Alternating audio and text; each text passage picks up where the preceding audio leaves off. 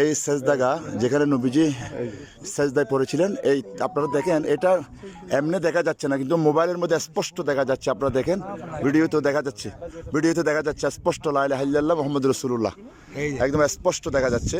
এই তো লা ইলাহা ইল্লাল্লাহ মুহাম্মাদুর রাসূলুল্লাহ।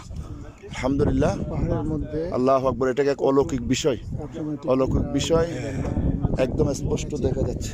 স্পষ্ট করে খেয়াল করলে, ভালো করে খেয়াল করলে দেখা যাবে পাহাড়ের মধ্যে লা ইলাহা ইল্লাল্লাহ মুহাম্মাদুর রাসূলুল্লাহ কলমাটা লিখা আছে আল্লাহর পক্ষ থেকে অটোমেটিক।